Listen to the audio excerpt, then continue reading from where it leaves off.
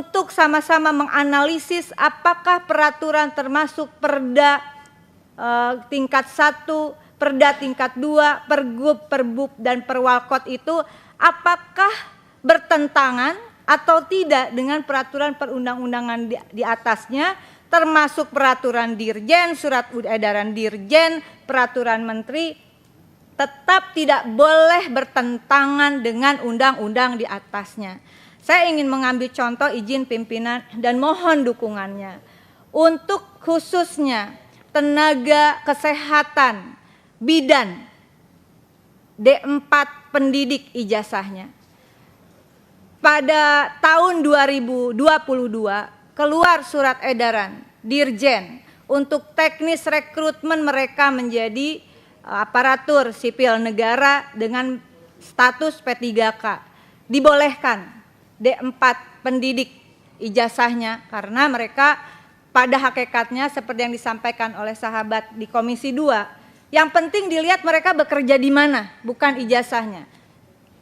Tapi 2023 muncul surat edaran bahwa mereka tidak bisa mengikuti seleksi.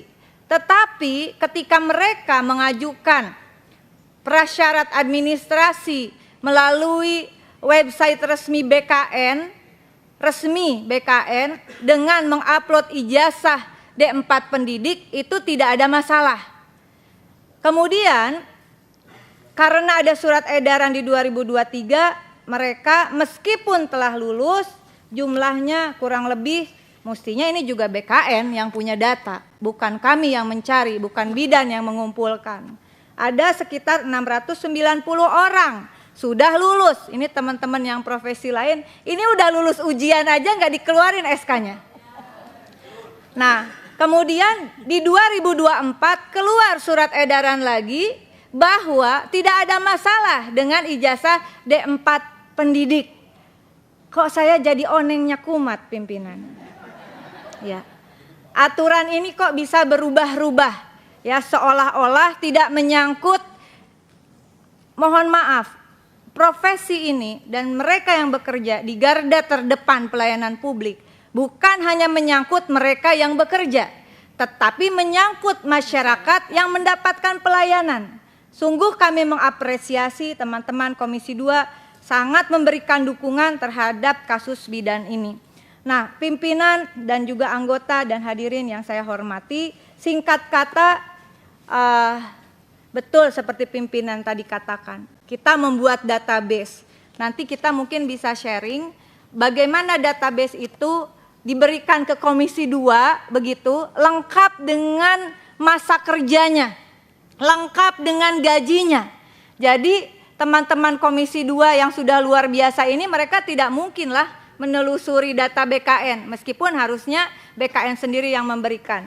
Izin pimpinan, ini ada sekitar 690 orang. Kemarin terakhir dikatakan, yang penting mereka sudah bekerja lebih dari 2 tahun. Ini ada yang sudah 16 tahun, ada yang 14 tahun. Dan mereka ujian, dan mereka lulus tes di 2023.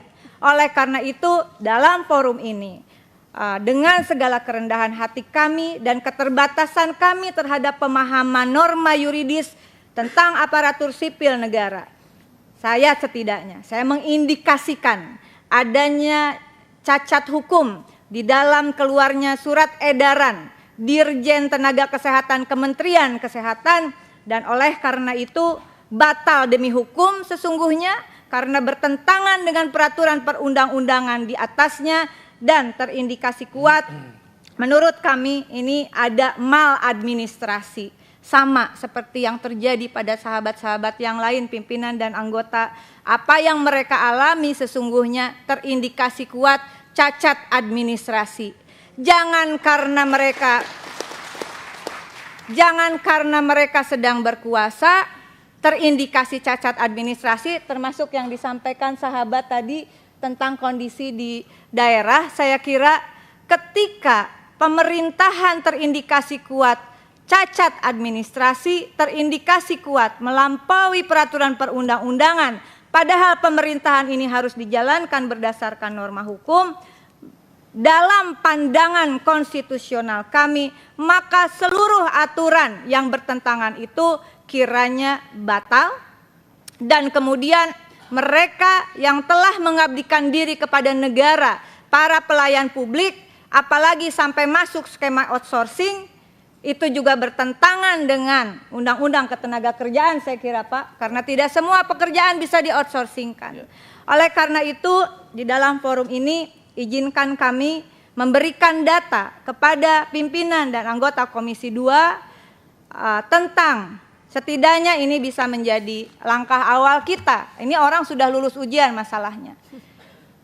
Mohon dukungannya untuk disampaikan mereka yang telah lulus ya harus diangkat. Keluarkan SK dan NIP-nya.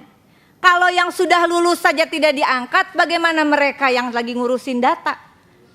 Saya kira ini langkah konkret. Sekali lagi, terima kasih pimpinan dan mohon maaf kalau saya harus mengatakan ketika pemerintahan terindikasi kuat melakukan maladministrasi dan cacat hukum prosedural, maka rakyat jangan dikorbankan. Kalau urusannya APBN tadi sahabat-sahabat yang di Banggar sudah mengatakan itu akan dialokasikan pimpinan. Saya yakin APBN itu kalau disusun berbasis data yang akurat cukup. Masa buat yang korban judi online aja mau dikasih? Ini orang kerja loh. Asal jangan pada jadi main judi online ya. Terima kasih pimpinan, mohon maaf terlalu panjang. Sahabat-sahabatku terkasih di Komisi 2.